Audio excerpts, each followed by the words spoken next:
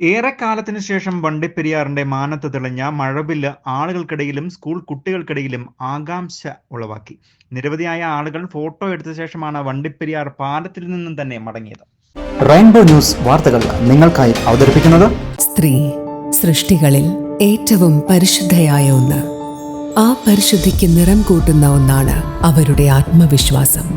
അതിനാൽ ഞങ്ങൾ മനസ്സിലാക്കുന്നു, നിങ്ങൾ അർഹിക്കുന്നു KG's ജ്വല്ലറിയുടെ അതുല്യമായ ആഭരണങ്ങൾ. KG's ജ്വല്ലറി, കോട്ടയം കട, സിൻസ് 1950. പരിശുദ്ധ സ്വർണം വിശ്വസ്ത കരങ്ങളിലൂടെ. ആ ഷോപ്സ് കട്ടപ്പന, ചെറുതോണി, അടിമാലി, നെടുങ്കണ്ടം, രാജാക്ക.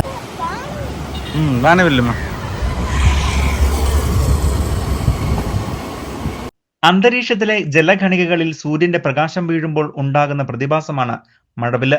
അതായത് മഴയും വെയിലും ഒരുമിച്ച് വരുമ്പോൾ രൂപപ്പെടുന്നതാണ് മഴവില്ല്.